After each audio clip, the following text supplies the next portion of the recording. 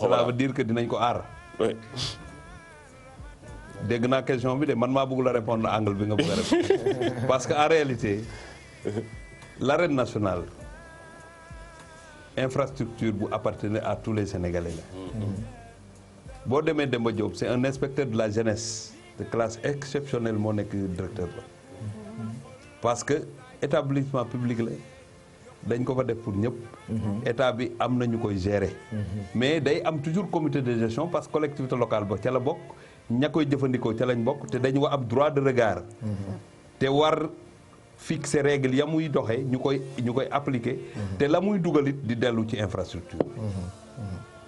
suñu problème ci gestion ci réew mi ci wàllu infrastructure loolu la stade yi duñ leen di able dañ leen di able exceptionnellement mais entraînement yeeg match yëpp am na luy dugg.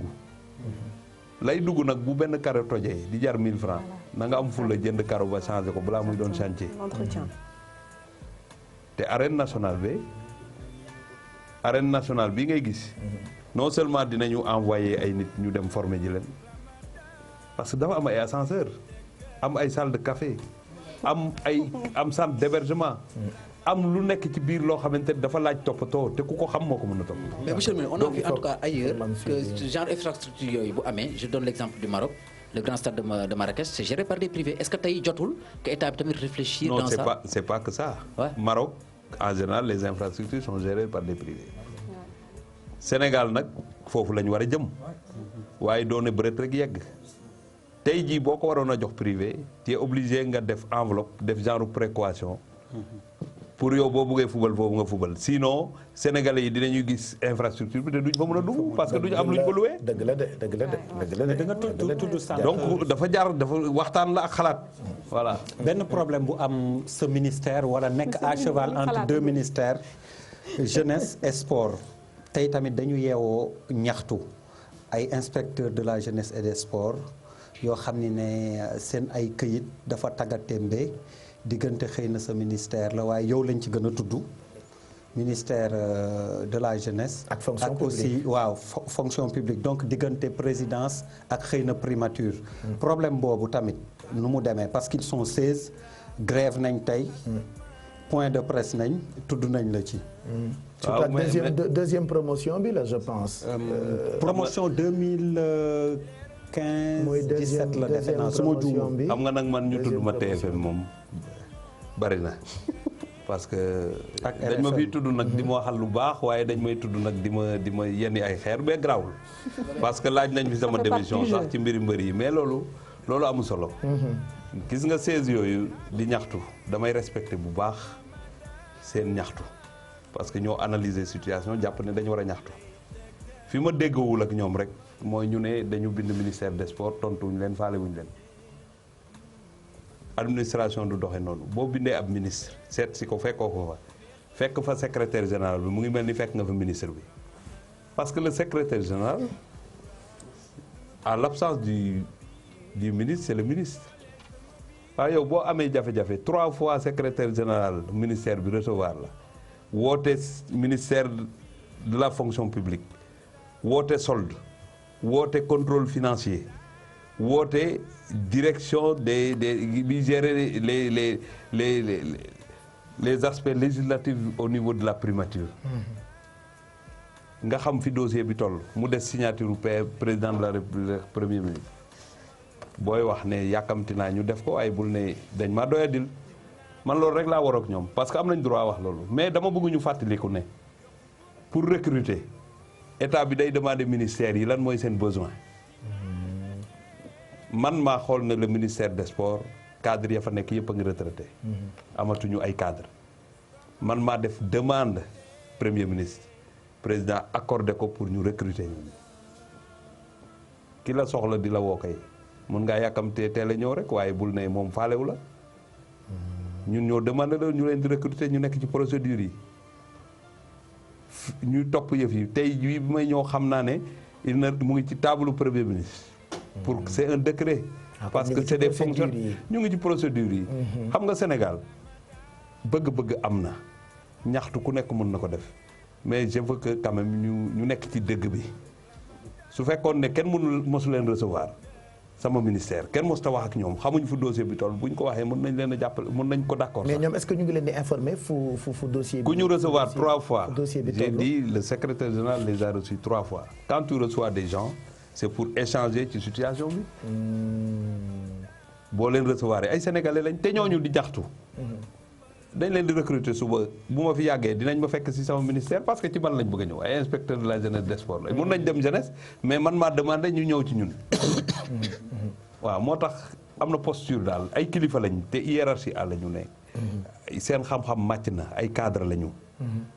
cadre nag da ngay sóor toujours xam li ngay wax te delloo njukkal nit ñi nga xamante ne ñoo ciy dox du tere li nga bëgg nga wax ko du tere nga laaj mu gaaw loolu yëpp.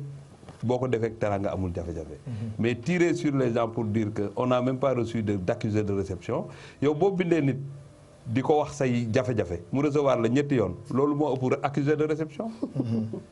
dëgg-dëgg Sénégal nag moom mais on respecte leur position mais loolu du ñu yàqal dara ci dynamique bi ñu nekk. parce que bi ñu leen di laaj. bi ñu bëggee ñu renforcer le ministère des sports c'était pas pour leur intérêt simplement c'était pour l'intérêt des Sénégalais. voilà donc on ne s'arrêtera pas. on va continuer Badji benn question rek ndax xam nga sànq ba léegi maa ngi ko denc. te comme sport la dama ne woon foog ma laaj ko daal mu xaw a ndax xam nga déjà dégg naa sànq ci waxtaan bi ñu ne 7 milliards lañ joxe pour que équipe nationale bi dem ba dañu àgg final daal noonu laa ko déggee. et pourtant des fois par exemple équipe bu basket bi ñuy dem Coupe d'Afrique la je pense bi ñuy dem Coupe d'Afrique ñoom pourquoi pas jëluñu woon matuwaay comme ni ñu ko jëlee nii ci football bi ba ñuy dem bay am bor ba benn jour ci ñoom di yëkkati di leen lebal. góor gi si ñee ngay waxtaan. yaa ngi génne waat beneen bagage. waaw ndax moom kay. waaw Père Boukhar d'abord 7 milliards yi ñu foog ne dafa nekk ci kees nekkul ci kees. loolu bëgg naa ko leeral finance même suñ la valider les budgets da ngay wax li ngay décaisser ñu jox la ko nga justifier ko du xaalis bu ñu dajale rek def ko ci kees daaju ministère ba gàddu koy dox loolu it il faut mu leer ci bopp nit ñi beneen mbir bi mooy li nga wax ci basket xam nga ñëpp nee nañ ñu ngi def lu ñu mën pour wàññi coow li ci compétition yi ci wàllu prime ak yëpp loolu tekkiwul ne tolof tolof du am loolu li muy am bari na ñu war a def benn affaire tey am ku ko def ñu régulariser xam nga luy coowu góor gi si Dieng mooy jël nañ ci moom koppar même bu ma ci d'accordul waxtu wañ ko war a delloowuñu ko mais buñ ko delloo woon te waxtu wa sax yow doo ko yëg parce que c'est pas la première fois góor gi si Dieng li muy reyante pour réew mi di ko defal réewam loolu ñu ko jëlal du dara am na ñuy def lu ëpp loolu ci sport bi te kenn xamu leen coow lu mel noonu am na tamit coow lu mel noonu am na bi ñu demee Angleterre ci football ñu yóbbu ay euro fekk ñoom ñu génn ci la zone euro hôtel bi ne du laal xaalis boobu parce que ñoom génn nañ fa Kalidou ne comme xaalis bii kay dama koy dugal sama compte te man yor naa carte bu ma fay bàyyil ma jël sama carte fay. mais état day prévoir itam. non dafa tombé parce que moment bi ñu fay yegg lañ de Brexit bi ñu génn. dafa tombé rek. dafa tombé mais bu tombé wu loon gars yi dinañ ko gérer bu yàgg. parce que fi ñuy dem Angleterre a gën a ndaw te coow loolu gis nga nag kuy def lu amul benn tolof boo ko xamee wax ma. loolu yëpp ci tolof yi la mais booy xool kon tey li baax a ëpp te man bu may liggéey. damay ñaan yàlla ñi ëpp ci réew mi d'accord ci li may def lu ci ëpp baax parce que du ñàkk lu gàkk bu ndaw gàkk bu am nag nañ fexe ba bu mu amaat parce que même ci diine dañ la naan boo defee bàkkaar tooñ boo jégguloo bu ko defati loolu bu fekkee ne diine moo wax loolu waxtuma laa ci mbir yi. waaye ndax li ci état li ci état du ci diine ñu man ba tey damay wax rek en tant que sénégalais lambda bi. état day prévoir non j'ai convoqué la religion mais j'ai pris position. état day prévoir ci sama xalaat ñun li ñuy jàng ak li ñuy xamal li ñuy jàpp d'habitude mooy état day prévoir moo tax ñuy kaas moo tax ñuy wax état day prévoir. Pape Cheikh j'ai convoqué la religion mais j'ai pris position dama la ne loo def te melul nam war a mel bu ko defati xam nga des fois nga prévoir ne 1 million la équipe bi war a lekk au Burkina Faso loo mën di prévoir mu am fait nouveau bu dugg si nga war ko gérer tu dépasseras le million et il faut faire face à cette situation ma wax la leneen lu ñu xamul compétition internationale caisse bi ñuy permettre ñu gérer équipe yi plafond bi 200 millions la mu ngi mel ni bassine boo sotti ndox bu fekkee ne 2 litres la 2 litres la donc mënoo dépasser 200 millions yi bu fekkee ne ñaari équipe ñoo génnandoo équipe bu nekk feuille bi ñu la defal pour nga dem def sa mission bu nekk sa nekk 150 millions qu'est-ce que tu vas faire il faut faire face à de telles situations donc le sport dafa nekkul beneen ministère parce que day am loo xam doo ko programmer mu dal sa kaw suñu qualification coupe du monde bi ñuy voté budget Sénégal est-ce que mu ngi ci woon parce que boobu qualifié wuñ boobu ñu ngi ci ay tolof xamuñ sax ndax dinañ qualifié est-ce buñ qualifié yow doo adapté wu à la nouvelle situation donc c'est ça les difficultés c'est un ministère extrêmement difficile. Gouverner c'est prévoir li Pape Cheikh wax c'est-à-dire man aussi foofu c'est juste une question d'ordre pratique c'est qu'est-ce que les agents de l'État prennent avec eux pour voyager de pays en pays loolu est-ce que amul beneen alternative mais mu ngi changé ça commence à changer parce qu'il y a des paiements qui se font maintenant par ci compte yi parce que c'était une pratique bu fekkee ne ñi ngay fay par exemple disposition yi ñu war a jëluñu ko tu es obligé de gérer comme ça mais fii ñu toll nii boo demee am na paiement yow bëri yoo xamante c'est compte ba compte ak compte la. ok y a nit ñaa ngi changé petit à petit parce que li nga daan def pratique yi doon am en 2002 ce n'est pas les mêmes pratiques aujourd'hui il faut évoluer. On espère. Parce que la gestion aussi commence à changer petit à petit. am na ci ñoo xamante ne ils préfèrent pas dañuy xaar ba ñibbisi am na fédération yu bëri yoo xamante ils prennent rien là-bas hein dañuy xaar ba ñibbisi ñu fay leen seen kii. tey boo demee Russie mënoo déplacer xaalis bi les réservations qu'on a faites lépp par virement la. doo gàddu xaalis bi dem foofu. parce que mën nga ko def fii dem Guinée-Bissau def ko xam gaa yi dem mais mënoo ko def ci yenn pays. ah oui mais on est obligé de faire ça par virement suñ jotee seen chiffre xam booy loué avion doo gàddu xaalis bi dem. da ngay def par virement ñoom bu ñu gisee seen information yi seen compte ils s'exécutent. C'est comme ça que ça marche. Ça commence à changer mais tout ne peut pas être complètement changé tout de suite. C'est un processus. nit ñi adapté wu ba nga xam ne da ngay dépasser loolu. dootoo manipuler. balaa ñu ñëw ci actualité j'aimerais qu'on parle ci affaire président Lamine Diack loolu itam yow mi ñu dénk wàllu tàggat yaram baax na nga wax ñu taxawaayu état ci góor googu nga xam ni boobu ba tey ñun yu bëri dafa flou ci toogaayam France. waaw di ko masawu di partager aussi ak moom difficulté yi parce que j'avais déclaré en son temps que l'État est solidaire l'État est là à côté parce que même bu dul Lamine Diack suñu doyen sénégalais foo mënti nekk am ay jafe-jafe tu as la solidarité de ton peuple tout dépend nag ni nit ñi xaaree sa solidarité parce que il est dans un autre pays et nous ce qu'on cherche c'est que justice se fasse parce que ñun on a confiance en lui man j'ai confiance en lui personnellement xamaluma ko li ñu koy waxal mais tuuma la tuuma nag dañuy ñaan ku ñu tuumal nga setal sa bopp la ca des nag mbiru justice la moom kilifa gu mag la ci réew mi kilifa yi war a wax ak moom ñu ngi wax ak moom ñu ngi ñaan rek yàlla teggal ko tolof yi mu dellu Sénégal parce que ku am njëriñ la ci réew mi ku liggéeyal sport la waaye li ma wax la bu yoon jeexul tolof waaxusul du jeex ñun ñiy toog fii di wax xamuñu demee comment ça va se passer keneen ak keneen tant que yaa ngi dund am na loo xam ne bu yegsee ci sa kaw mënoo ci dara. c'est que le problème te yéene wuñu ko monsieur le ministre mooy ñun sentiment bi ñuy am mooy dossier bu mel noonu dañ ci dégg Platini Michel Platini moo xam ni sax récemment yokkaat na xar mi karaw ne am na magu yu ñu def 98 ba France ak Brésil mënuñu woon tase lu jul final.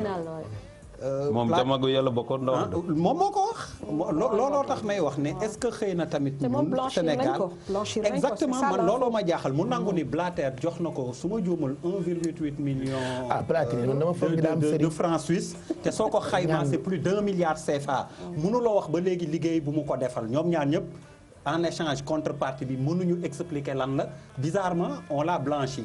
Procureur suisse bi bind na avocat am ne ko pratiquement bàyyi nañ dossier bi contre moom. Suñu compatriote Lamine Diack ne musul nangu ni liñ koy tuumaal lu am la. Jugé wuñ ko ça fait plus de 2 ans. ñu bàyyi ko France. Dans un 30 mètres carrés la nekk France récemment ñu waroon ko entendre. Confrontation mook Sébastien Coe feebar tax mënuñu ko def. Le juge a été obligé de reporter. On ne comprend pas ay américains bu doon bon. damay mais Der bu doon français. seen ay citoyens fu ñu mënti nekk. dañ leen di jàppale boo xam ne ak pression boo xam ne. mais attendez dañ leen di bàyyi attendez Der attendez ci Platini lay njëkk balaa maa ñëw ci yow man njuuj njaaj kat bu taxawee ne dañ doon njuuj njaaj du ma ko déglu. loolu la wax moom.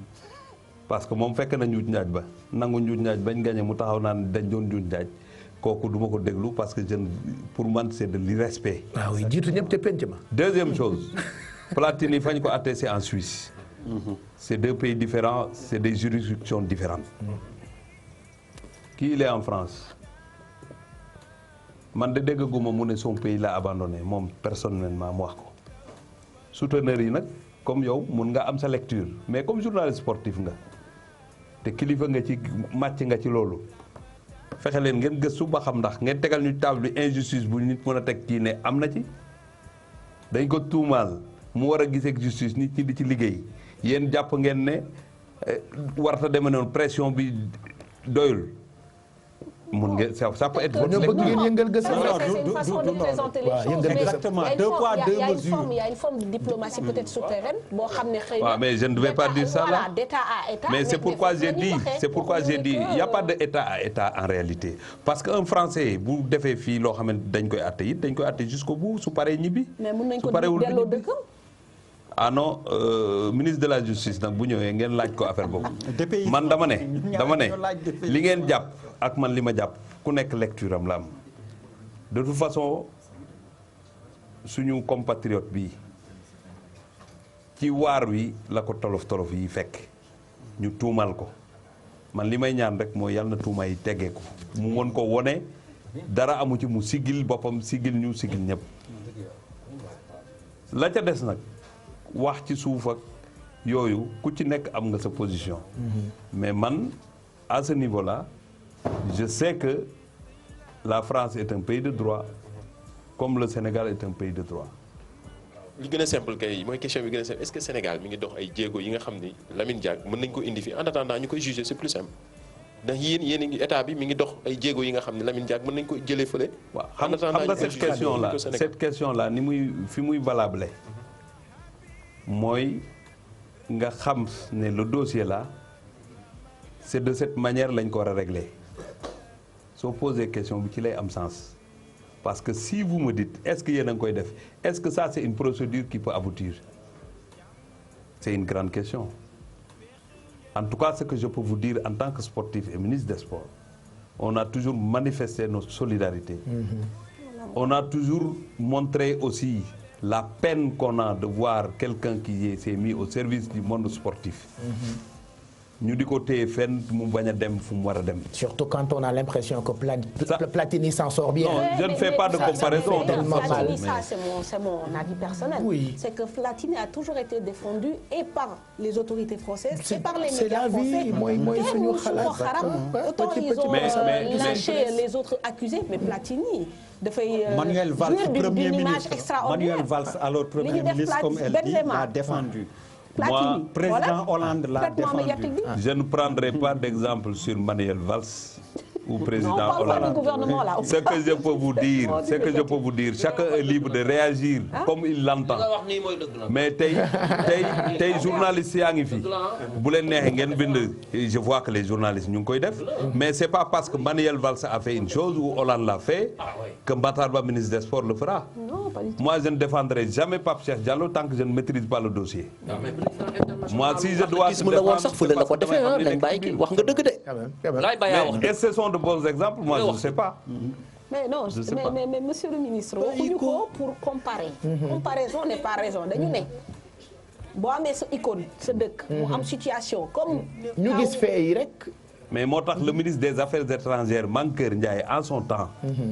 il a sorti une déclaration te fekk man ma njëkk ko def sax en tant que sportif def ko au nom de la famille sportive kenn fàttewul Lamine Diack kenn mënu ko fàtte liggéeyul ci monde bi lu tax nit di ko fàtte moo tax sax tey ngeen di ko wax fii ñu toog su fàtte amoon tey kenn du ko wax am na ñeneen ñoo xamante ne téye nañ leen ci lu gën a ndaw lii ñu ngi feneen kenn tudd leen il faudrait que les Sénégalais comprennent que dans la vie boo lëkkaloog ay pays le monde dafa am lu muy fonctionner il faut que nit ñi comprendre loolu Sénégal ñun nag li ñuy tax di wax yenn yi suñu bëgg-bëgg rek la ñuy xool te dañoo gaaw a xarabaate. surtout que pour son transfert. waaw quand tu es pour mu am un jugement définitif. c'est un peu compliqué. un jugement définitif pour que ñu mën ko transférer. il faut que mu am un jugement. xam nga tey bu ñu ko jëloon ñuy expliquer ñun tamit. bu ñu liggéeyoon ba pare. mën nga ko jël dans ces conditions yi di ko fi. am na ci yu gën a bëri c'est réaction la parce que cër la wala xol. parce que neexul kenn ci moom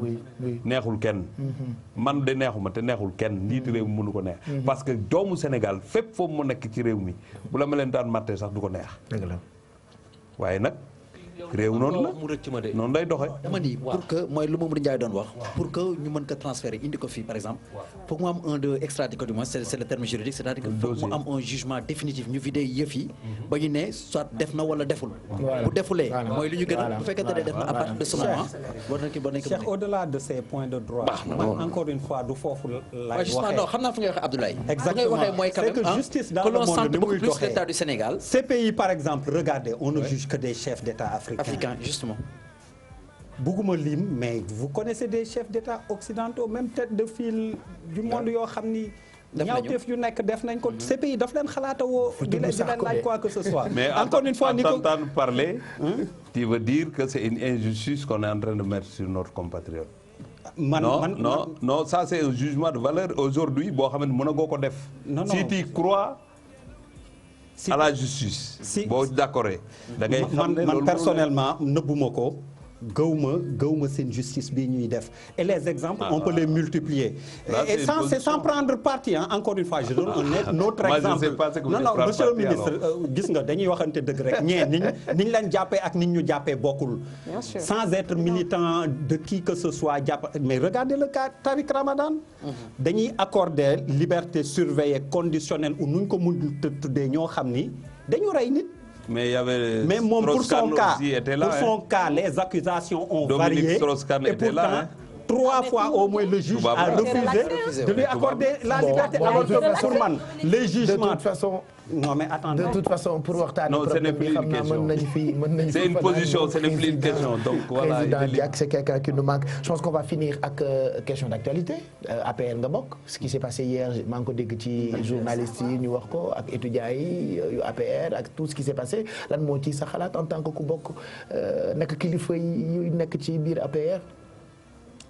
en tout cas man ànduma ak dara luy jëm ci ay ak lu dem ci indiscipline quelle que soit situation boobu mën di nekk du ma ko waxee du ma ko doxee ne serait-ce que ñoom cofeel gi ñu am ba bokk ci président Macky Sall ànd ak ñoom ànd ak moom nekk ay ndawam ak lu mënti xew rek suñ ne nii la président bëggee nañ ko defal leen noonu man loolu laa jàpp parce que ñun ñëpp ay sénégalais lañ jàppale ni jarul coow am na xuloo yu mën a ñàkk am na defante yu mën a ñàkk man daal li may invité sénégalais yi nañ defante ci def lu baax ak cër respect suñu defantee noonu ku nekk di nga am li nga war a am te kenn du gaañ kenn du xarab kenn waxuma la ñoom rek ah dans ce pays là toute manifestation buy virer ci ay ñun ñëpp ñoo ko war a moytu parce que loolu defar réew mi. Monsieur le ministre est-ce que pour régler ces genres de situation tey jii c'est vrai c'est le président de la République aussi chef de parti est-ce que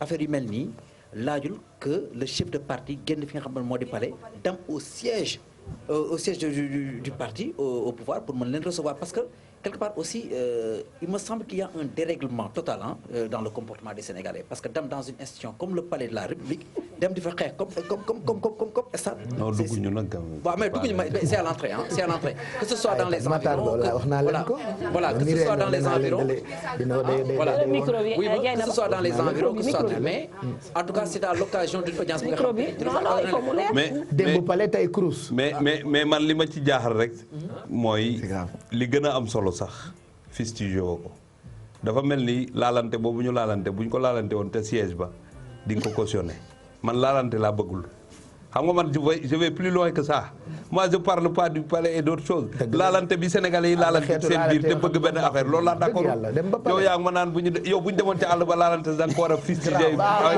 monsieur le ministre tu as raison non buñ ko defee siège APR ñoomi nen la non mais am ay sénégalais lañ am na benn bu musoon am ay sénégalais lañ am na benn bu musoon am ci siège APR boobu président Macky Sall ko ñaawlu mooy ba ñu xeexantee ba deret tuuru mais loolu doxul deretu benn sénégalais wartu tuur deretu beneen moom baaxul sa neex bul àtte bàyyi sa àtte bi da ngeen a invité ministre bi pour kii ko bàyyi leen ko bàyyi sa àtte bi voilà moi je pense que c'est ce qui est plaisant dans cette émission mën nañu fanaan ak téléspectateurs yi mais bon duñu la retenir monsieur le ministre yaa ngi waaj a dem ci dëkk boo xamante ni président ba defe naa mu ngi boucler 20 ans de carrière te doo dégg kenn wax ko quand il y a un africain qui fait 15 ans au pouvoir nga dégg ñu kaas ko c'est pour rejoindre un peu ce que disait Ablaye Der donc ñun africains on doit s'unir encore. Poutine nag occidentaux yi ñeme wuñ ko de.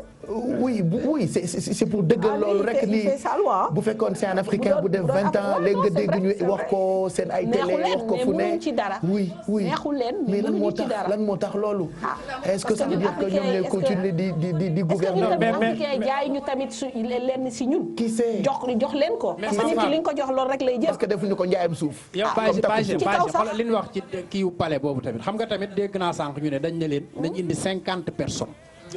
50 non bàyyi ma rek Cheikhou bàyyi ma rek ndax xam nga tamit foog am na lu ñu wax ko xam nga bu ñu nee leen nañ indi 50 personnes. actualité la de. bu ñu nee leen nañ indi 50 personnes ñu ñëw indi plus de 300 personnes. loolu ñoom avertiroon nañ leen. te tamit palais ba Macky Sall moomu ko. ñun ñoo ko moom Sénégal ko moom. mais ñoom ay sénégalais lañu mais nan respecté norme bi ñu leen wax indi 50 personnes seul. waaw loolu nag mooy comportement bi war.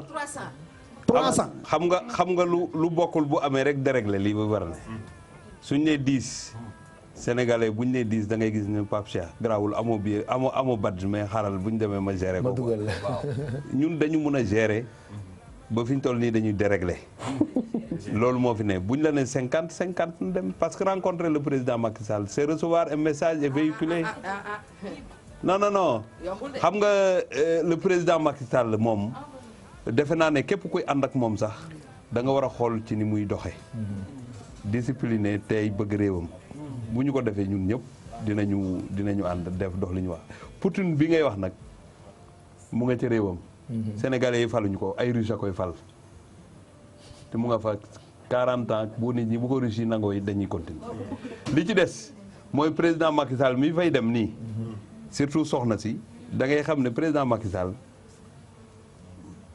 nit kuy liggéey at da ngay am yow mi sax da ngay am congé day am vacances gouvernementales comme dañuy dem ci vacances gouvernementales mu coïncider ak coupe du monde dafay laaj du dem rek toog 15 jours di toog noonu rek di noppaleku mais day profité ci vacances gouvernementales yi mën a dem télémental yàlla na tombeek samay vacances télémental comme ça ma gunge monsieur le ministre Matar Ba merci encore monsieur le ministre en tout cas ñun dañoo xër ci Sénégal rek comme je dis tout le temps émission bi du émission polémique du émission xaste ou quoi que ce soit dañuy jéem rek di wut ay solution ci loo xam ne ni yow sénégalais da nga koy dund ñun ay sénégalais la ñu ay sénégalais ñoo ñuy seetaan c'est pas pour rien que émission bi am audience mondiale donc ku mel ni yow bu fi ñëwee dañu koy rafetlu on recevra yeneen i kilifa ci semaine yi di ñëw daañu dellu si waat samedi Moustapha Cissé Lo mu ngi préparé pour nekk invité quartier général ñu ngi xalaat itam yeneen i kilifa yoo xam ne ni ñoo ngi fii pour ku ci ne ñëw indi sa xalaat ci doxalinu réew mi yan kàddu ngay tëjee tey waxtaan bi di seqoon nag yow sànq ba tey. li may tëjee rek mooy di santat sénégalais yi di sant le monde sportif surtout la famille ak mbokk yi ñu seetaan rek surtout sama dëkk waa Fatick aussi maa ngi leen di sant xam naa ne ñu ngi seetaan di ñaan yàlla defal ñu jàmm te di ñaan it fii ñuy jëm yàlla nañ fa am ndam Sénégal ñu xam ne jàmm moo ñu jig na ñëpp ànd ci jàmm ñëpp ànd ci joxante cër loolu it day tax dëkk bi li ñu fi bëgg ñu def ko fi di gërëm nag ñi nga xamante ne ñooy def tàggat yaram yëpp te di leen wax ne tàggat yaram am na fu mu tolloon am nañu président bu ko nangee téye ñaari loxo di ci investir ñun ñëpp nañ joxante loxo te mën a développer li nga xamante moom mooy tàggat yaram. la ca des mooy 2018 bi yàlla daf ñu defal lu rëy lim ñu defal mooy sport bi ñaari équipe ñooy dem parce que c'est des disciplines collectives. ñooy dem coupe du monde. football a ngi dem mais septembre basket day dem coupe du monde. xam nga loolu bu fekkee ne sport dafay dox ba Sénégal am ñaari équipe collective yuy dem coupe du monde ci benn année loolu defe naa ne liggéey moo ko andi. ak yeneen discipline yi nga xam ne ñu ngi defi jéego. nañu alerter quand il le faut mais nañu accompagner aussi quand il le faut. parce que la construction prendra du temps mais bu ñu ci ànd ak dal ak nekk benn liggéey. li ñu bëgg ci suñu sport dinañu ko am. macha allah donc Pape maa ngi lay sant di sant ñi fi nekk yëpp. question yi y a aucune question méchante. question yi ñu fi posé yëpp préoccupation population bi la.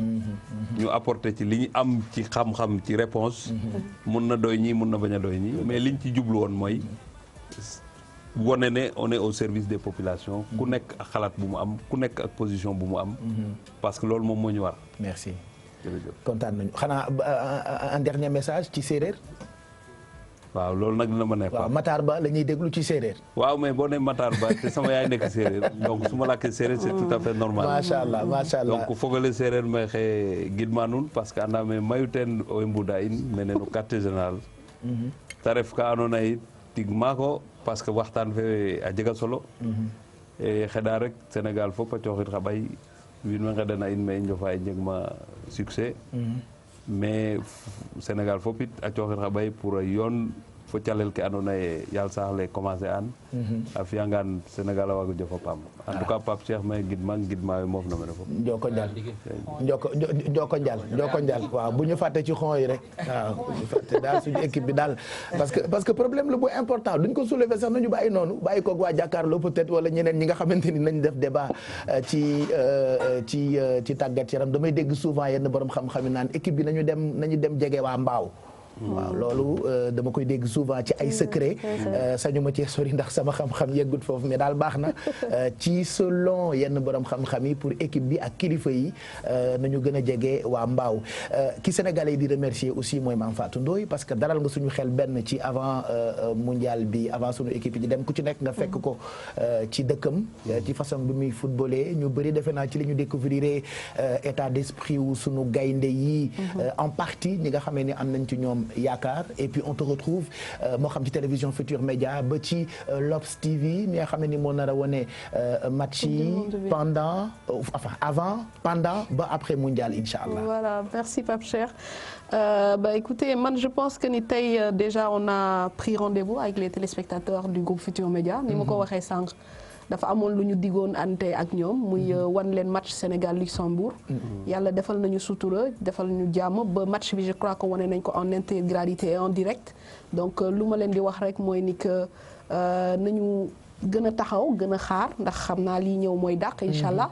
te tamit ma profiter aussi lancer un message parce que sànq le ministre wax na ko ministre bi dafa ni nañu booloo nañu. bàyyi dissension nañu bàyyi lépp loo xam ne day yàq journalistes yi sax dañu am rôle. et puis nous devons tous soutenir notre équipe nationale. Voilà donc mais Sénégal bu ñuy dem bu ñu booloowee dinañ am dara. mais bu ñu xaajaloo. ñii di tirer fii ñii di tirer fii du ñu am lu bëri donc aussi je pense que ni loolu c'est à voilà méditer et puis tamit na ko ñëpp appliquer seen bopp je pense que ni fii ñun ñëpp ku nekk sa liggéey rek ngay def. ku ne da nga bëgg Sénégal jëm kanam. équipe nationale ñëpp la. donc ñun ñëpp mën nañ ci bokk liggéey door waaru comme je dis taal bi yaatu na. ku ne na nga bay sa waar je pense que jarul xëccoo jarul ŋaayoo jarul xiiroo. te incha allah bu à la fin Sénégal rek moo ñu ñor. ndax Sénégal bu gagné ñëppay kontaan. bu Sénégal perte tamit ñëppay mer donc nañ ñaan Sénégal gagné. mais pour ça il faut qu'on le fasse dans la solidarité et dans l'unité et que ñu bàyyi dissension yi xëccoo yi. voilà loolu bu weesoo aussi maa ngi profiter si antenne bi wax ni que suñu confrère ancien confrère mu nekk léegi chargé de com ARTP.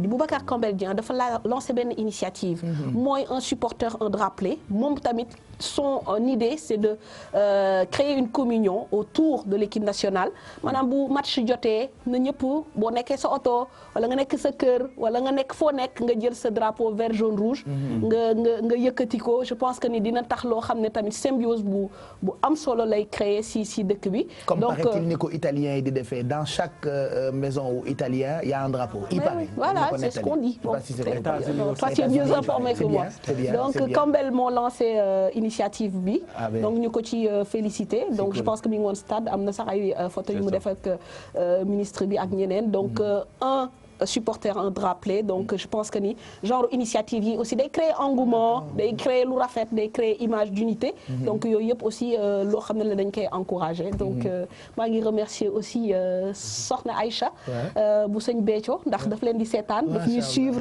tous les jours donc da leen di seetaan donc maa ngi koy nuyuwaale aussi sama yaay la et puis remercier aussi Lili Coiffure nga xam ne Absa moom voilà yàgg nañu donc voilà je pense que loolu laa amul lu may di la remercier encore aussi on te remercie fexe nga ba doon jigéen ju mën góor rek ñu ngi lay gërëm bu baax rendez-vous donc dans la semaine ci lépp loo xam ne jëm na ci wattaayu mondial bi sunu équipe bi di dem ci jongante Abdoulaye Der it ñu ngi lay gërëm ci disponibilité bi suñu sëriñ la nag xale yi xamuñu Abdoulaye Der waaye man xam naa kuy Der waaw xale yi xamuñu Der waaye xam naa Der man jey na ba noppil Pape Samba nee na doo dara jey na ba noppil xamul ni ci jotaay bii rek mën nga koo soppi def ko unk bàyyil noonu Pape gars yi dañuy xeeb xam-xam merci Abdoulaye Der on te retrouve dans la semaine ak yeneen i kilifa yu ñuy seet si ci quartier général incha allah peut-être terminer loo xam ni xëy na moom monsieur le ministre bëgg ko woon mais que mu yóbbante dafa insister xam na ko c'est un ami commun léegi nii rek mi ngi ma naan déet mais moom it dafa insister trop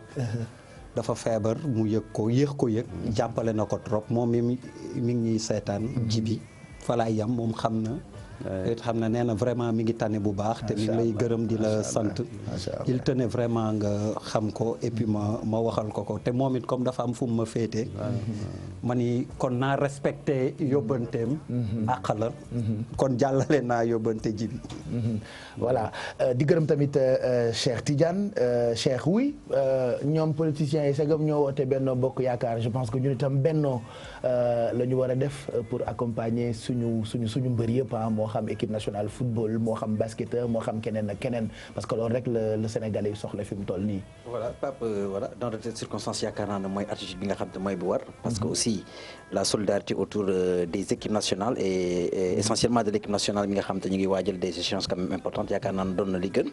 et je pense que ku ci nekk daal boo defee li nga xamante ne daal mooy li war je sens que jàpp naa ni que maanaam solidarité boobu amee autour de l'équipe on peut soulever des montagnes. donc au-delà de ça aussi remercier le ministre des sports mi nga xamante ni c'est vrai liggéey moo ñu boole mais dañuy dem ba am une certaine relation bi nga xamante ni on peut témoigner en tout cas de sa bonté de sa disponibilité doon mi nga xamante ni mënut a bett nit ñi parce que xam nga buñ la quand tu es issu du mouvement associatif maanaam même boo demee boo doon kilifa sax loolu da lay dab tout le temps et je pense que doon na li nga xamante ni moo tax tey jii mu mën a am accessibilité ndax comme on dit boo ko envoyé message mu tontu la boo ko woowee mu décroche foo ko mënti woo mu dem te yaakaar naa simplicité boobu sax mooy doon li nga xamante moom moo ko jig maintenant au-delà de ça aussi au niveau de la RFM on a un programme assez particulier nga xam ne dañ koy développé pendant la Coupe d'Afrique des Nations avec disons magazine bi nga xamante ni dañ koy def mais au-delà de ça aussi voilà les commentaires avec Malal Junior Diagne de l'autre côté et nos consultants yaakaar naa danañ ci jéem a béy suñu waar aussi voilà donc xam ne ni que vraiment ça a été un plaisir donc je vous donne rendez-vous tout à l'heure dans quelques heures donc à la RFM Fajar gi pour le journal Inch'Allah. C'est vrai, c'est toi qui fais le journal. Ouais, je participe au journal dans RFM matin. ak Dieynaba. Bon Dieynaba elle est là les samedis moom non pas samedi non vendredi on est vendredi. On sera vendredi. Ouais, on est vendredi donc on est vendredi déjà. Voilà. À tout à l'heure sur RFM. Pas de souci. N'est-ce pas ci Fajar gi. Allez, je vous en prie. Merci pour l'invitation. Père nag ci anniversaire ba la jëm.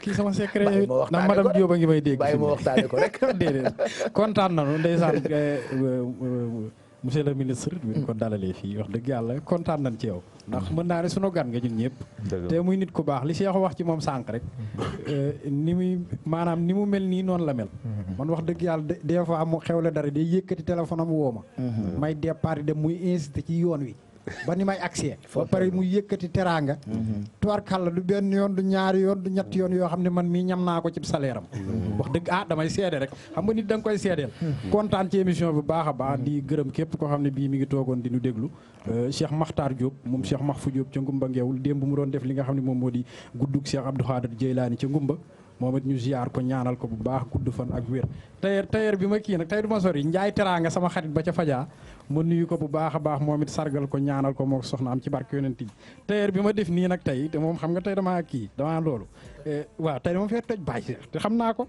Touba Taysiir la Touba Taysiir Couture Biteye et frère ma nga fële nga xam ne moom moo di Fajaa ca sama koñ Parcelles Assainies en face lycée LPA ba foofu la nekk numéro téléphone am di 77 568 97 27 kontaan ci émission bi kontaan ci ñëpp ñu toog ñu seetaan ba beneen yoon Baye Cheikh incha allah jërëjëf.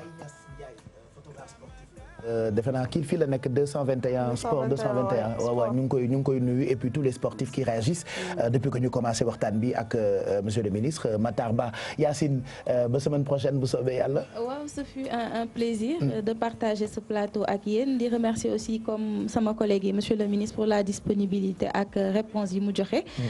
di wax rek ba semaine prochaine Pape Cheikh Diallo si sécurité wala environnement c'est à toi de choisir. Inch'Allah merci beaucoup Yacine Dieynaba Seydou Batal. yow moom jàngoo rek sa la jabi. waaw mais dama am benn doléance. oui vas-y. ministre des sports fi mu toog il faut que ministre de l'habitat ñëw toog fi parce que amuñu championnat du monde bu habitat. yooyu ngay wane ci sa dëkkuwaay. non mais parce que dañoo il faut aussi affaire habitat ñu ñëw voilà surtout habitat social.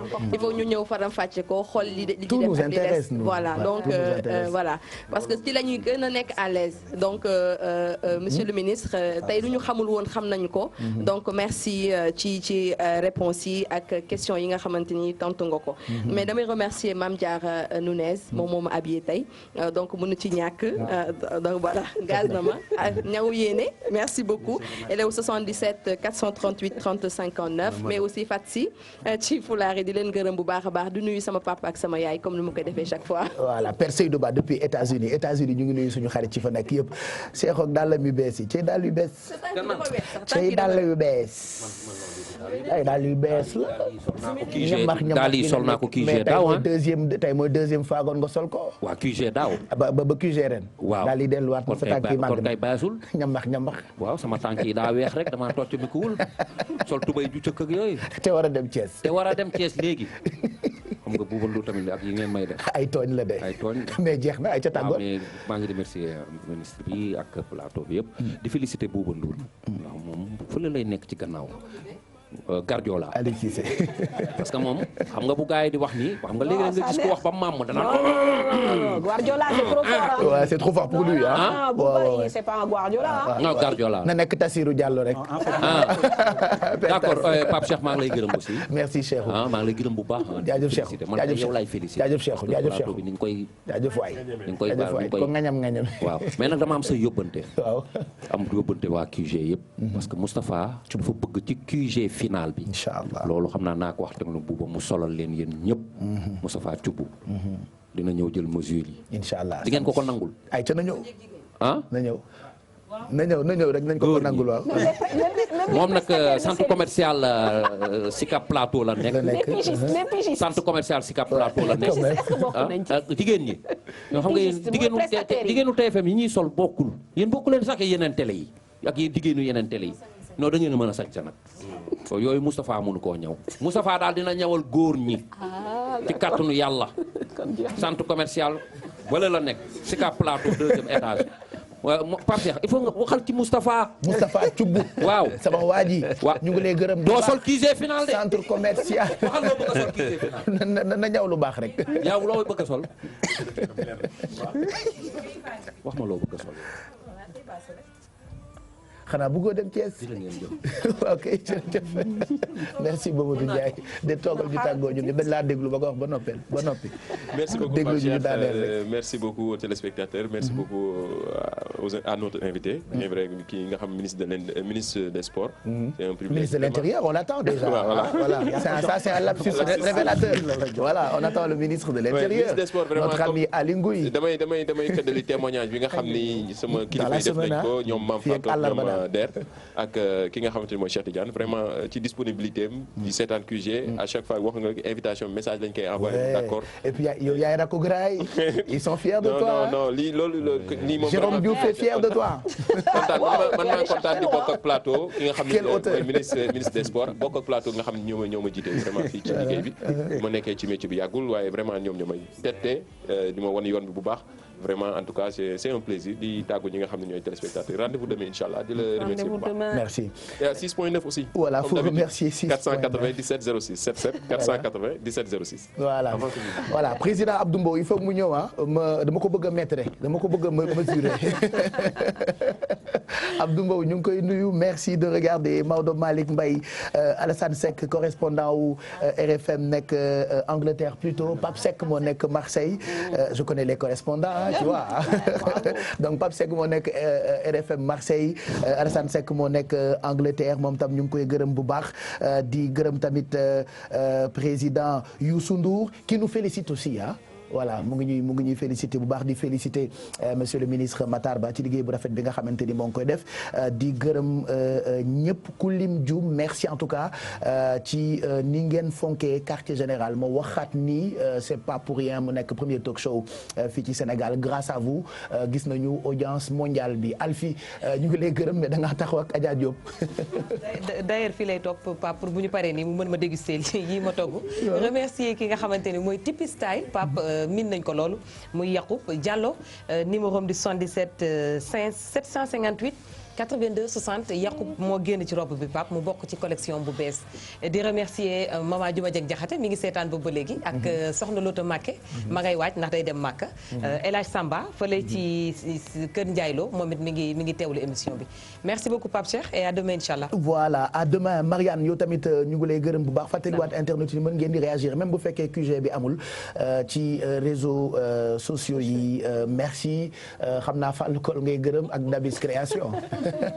Pape Cheikh waa Dabis Création lay njëkkee numéro téléphone am nekk 77 785 49 75 Fallu moom du ma jug si di ko gërëm waaye tey nag triangle de la beauté moo génn ci kol gi mu ngi nekk ci avenue Bourguiba numéro téléphone am nekk 77 291 65 65 voilà waaw ba suba inchallah voilà merci et puis ñu ngi gërëm suñu partenaires yëpp Kulim Dioum Bati Dioum Keifa Djili CSB ñu ngi koy gërëm ak képp koo xam ne rek taamu nga programme yu télévision Futur Média j'aimerais juste finir ak benn woote ci téléphone bi balaa ñuy jox kàddu gi Cheikh Anta gërëm la encore talent bi neex nañu li ma ni sànq loolu laa bëggoon sénégalais yi gën a bàyyi xel te defe naa tey won nga ñu ko à travers tëj bi dinañu gisaat li nga xam ne ni moo ne ci yow ndaxte foo tàntalee wala fu ñu tàntalee yonent bi boo taxawee ñëpp bëgg ngay na bien bu mag ñu ngi la ciy gërëm di la féliciter di ñaan suñu borom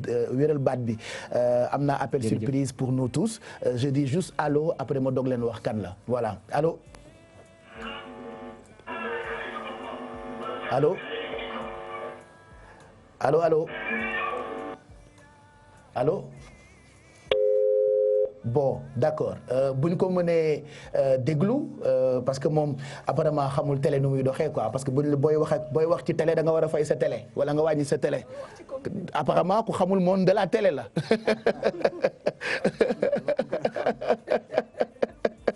bon voilà. bon waaw nañu xaar tuuti quand même d'accord comme ça ñu jéem a jokkoo ak moom mu jox ñu message ak Guardiola qui gère voilà il est en train de gérer tout mais de toute façon heure bi ouragan bi upp na asamaan si ba pare oui allô? Le micro tu l'oublies pas tu devines tout simplement allô? D'accord bon c'est une surprise allô oui kan la man la si Youssou Ndour xam ne ngeen baatam waaw waaw. yow nag yaa am bi. je pense que je suis le seul. ah. allô. waaw Pape. oui président Youssou Ndour. waaw man de maa ngi seetaan émission bi boobu ba léegi di leen nuyu yéen ñëpp. ñu ngi lay fay. di profité ci occasion bi di nuyu Sénégalais yëpp. di leen ñaanal weer wi nga xam ne dugg nañ ko ci bisimilahi rahmaani rahim génn ko ci alhamdulilahi rabil alamin te lépp luñ ci wut rek yàlla yokkal ñu ko. amiin amiin. te li ci ëpp doon jàmm. waaw léegi nag Pape da nga may ma wax ak mon ami Matar. yow Matar da nga doon làqatu. noo yaakaar la barak. merci. da nga doon làqatu ndax macha allah ñëpp a ngi toog di la seetaan. wax ji yiw na taxawaay bi mat na. question yi dawuloo ci benn. wane nga yow rôle macro nga yore mooy ca kaw di liggéey bàyyi nga fédération yi ñu am seen tawféex nga leen di jàppale te tu es sur le terrain et tey wax nga wax ju rafet bu dalal xelu Sénégalais yi maa ngi lay gërëm di la sant di la féliciter ndax ñoo bokk yoon. ci wax ji nag dafa am loo xam ni da nga koo wax mu neex trop te yow xam nga man xam naa. mooy stade Demba Diop. waaw stade Demba Diop ak mën nañ ci sax yokk stade Iba Mar Diop. ñun ba ñu juddoo ba léegi bëgg sport moom la ñu xam. Ndakaaru la ñu dëkk. te wax naa ne que réew mi dëgg la fépp la ñu war a def. waaye bu ñu fàtte aussi waa Dakar. ndax ñun ñuy bëgg sport gis nañu infrastructure yu bees yëpp. yi nga xamee ni que macha allah président Macky Sall def na ko mais bu ñu sañoon stade Demba Diop ci yooyu ngay wax ñeme ko rek monsieur le ministre yàlla dina ci jàppale. incha allah. le privé est là les populations sont là il faut que mu doon arena. c'est ça ci biir Ndakaaru. c'est ça. loolu dañ ko ameel waa Dakar. maa ngi la koy ñaan yow xam nga man xam naa. ñëw naa sa bureau ba tàyyi te débat bi jóg na. parce que le monde sportif ak les riverains commencé nañu tamit bëgg bokk ci émergence bi. dëgg la. te boo ci jógee ñëpp fekk la ci. ndax doy nañu loolu laa doon bëgg wax di la féliciter encore di féliciter waa QG yëpp. macha allah ñi nga toog commencement ba léegi di ko seetaan. te doyalu ñu benn yoon. di leen invité nag yéen ñëpp. ci finalu festival Salam suba ci boulevard Centenaire. incha allah nga xam ci la ñuy tëj ci festival bi ak ndaanaan yi gën a mag ci tagg Rasulullah sallallahu alayhi wa sallam. jërë ngeen jëf. merci kontaan nañu Amo. tu sais c'est un honneur de l'avoir. mu def émission ba pare borom kër gi woote ak li mu tekki ci réew mi.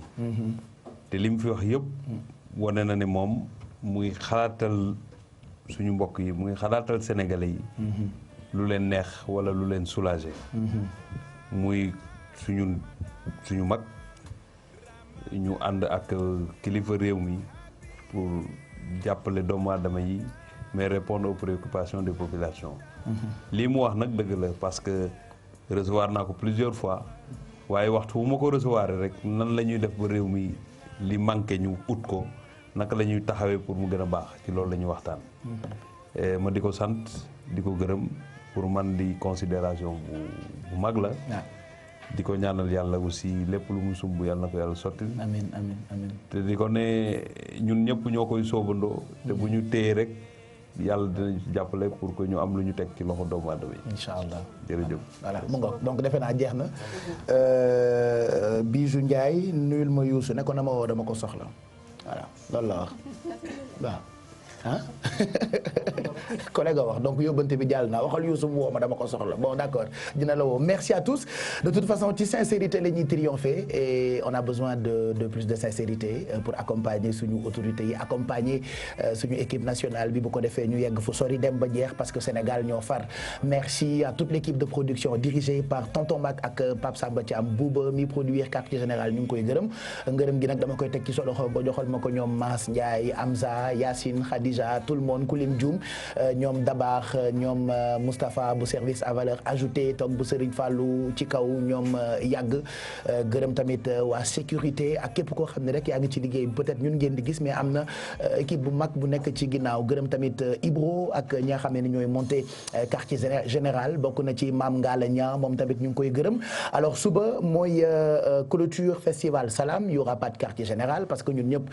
dinañu nekk fi nga xam ne ni mooy boulevard général de Gaulle sinon samedi on sera là daañu recevoir Moustapha Cissé Lo on a tellement de choses yu ñu bëgg a waxtaan ak moom am na yeneen kilifa yoo xamante ni ñu ngi ci opposition bi itam ñu ngi leen di xaar ku mel ni Cheikh Alassane Sène ñu ngi koy xaar ci quartier général ku mel ni ministre de l'intérieur ñu ngi koy xaar ci quartier général bi ku mel ni premier ministre Mohamed Boun Abdallah Dionne moom it ku baax la et puis dafa yaru di sunu xarit ñu ngi koy xaar itam ci quartier général bi ak ñeneen ak ñeneen en tout cas ku lim juum yéen ñëpp ñu ngi leen di gërëm Cheikh Anta merci ñu bàyyi la nga tàggoo te tëj guddi gi tey ci télévision Futurs Médias. macha allah jërëjëf Pape Cheikh ñu ngi lay ziar bu baax di la ñaanal yal na yàlla defal la jàmm di ñaanal monsieur le ministre waaye di ziar président Youssou Ndour mi génn léegi nga xam ne initiative bi ma am ci tàggkatu yenent bi yal na yàlla mottalil ko ak tur bi mu ko tudde muy salaam nga xam ne mag ñu baax ñi ñëpp ñi ni woote mooy salaam du ñu guddal ndax képp koo xam ne ni yor nga tarixa fii ci réew mi ak bitim réew fu mu mënti doon li nga woote mooy jàmm ndax jàmm ci la lépp xel te jàmm mooy lépp ba ci Serigne Touba ijaal salaamatan te dumu ya salaam li ya walin ayaada fi daari salaam waaye di ziar bu baax a baax Bouba Ndour di ko ñaanal moom it gis nañ coono yi muy daj moom tamit ci tàggkatu yonent yi di ko wax ni sopp nañ ko ngir yonent bi waaye di ziar bu baax sama Serigne Serigne Hamidou Mbacké ginnaaw bu ñu sante yàlla julli ci yonent bi nga xam ne lépp lu nekk ci man moo ko def ci man di doomu Serigne Abdoul Khafour ak magam Serigne Mamor Serigne Mokhtar ñu tarbi ñu yor ñu ca daara ja yor bu rafet daan ñu fayal nag ñuy jàng te booba ñu ngi ca daara ja jàngal ñu tarbiya waaye di ziar bu baax monsieur le maire de Diamniadio Mamadou Moulay Gueye ñun tàggkatu yonent yi jëndatuñu mbubb jëndatuñu xarit tabaski te ñu ngi ñuy may ay terrain ñu ngi may lu ne ngir yonent bi kon ñi la koy defal nag war nga leen a sant bu baax ak soxnaam madame la maire moom tamit ñu ngi koy ziar bu baax a baax Adja Fat Ndiaye yal na yàlla defal ko jàmm monsieur le maire Albendo yi moom it ñu ngi koy ziar bu baax a baax xam nga nag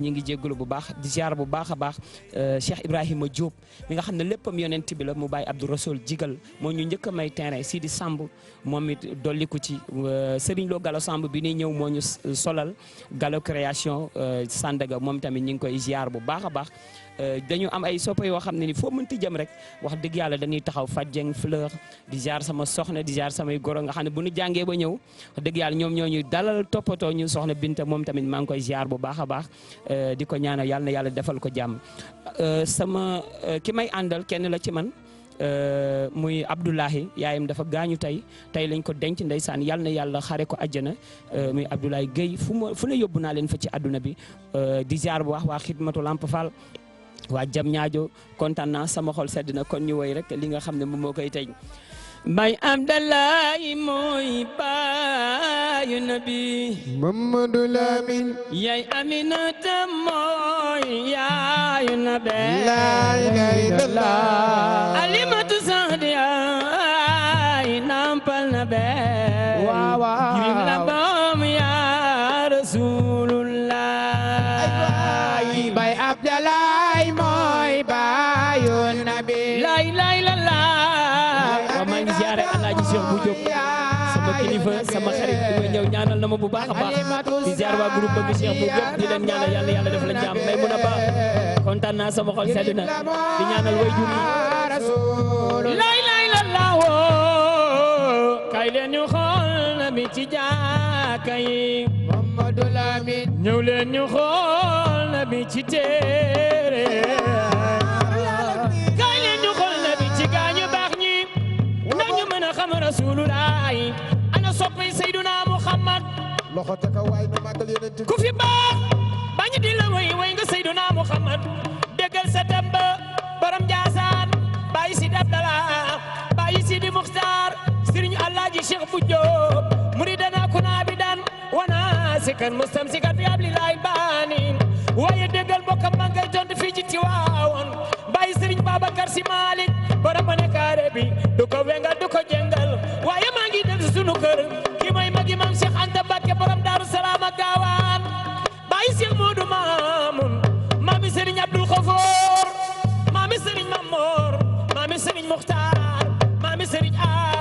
sama sëriñ yam salaamatan tadumu ya salaam li yawali ya la fi daari salaam rabbi bi abi wara ma la yukhadi ya khayra man rabba wa khayra man war bay sëriñ Saliou Mbacké bay Alaaji Fallu Mbacké sangu maam Cheikh Ibrahima Fall la babil muridin ana soppay Cheikh Ibrahima Fall ki moo xam dëgg dëgg Alaaji Fallu laay bay mbeen ana soppay sëriñ Fallu Mbacké bay mbeen yaa di samsu soodaan Fallu yàgg nga daal dalan di soodaan ñoo ngi lay siyaare yaa di samsu soodaan sëriñ Fallu yàgg nga daal dalan di soodaan ñoo ngi lay siyaare Fallu ay nga daane leer na gaa yi nax Fallu rek yaa di samsu soodaan Fallu yàgg nga daal Fallu lay woyanto Fallu lay doxanto Fallu lay xelanto yaa di samsu soodaan di ziar waa Tëngéej waa Nimzat waa Kololor Fallu lay woyanto Fallu lay doxanto Fallu lay xelanto yaa di samsu soodaan la bu babil bari ku sopp sëñ Fallu loxo ku sopp sëñ Fallu loxo ku sopp sëñ Fallu loxo Fallu ay gana ne dana gaay na nexe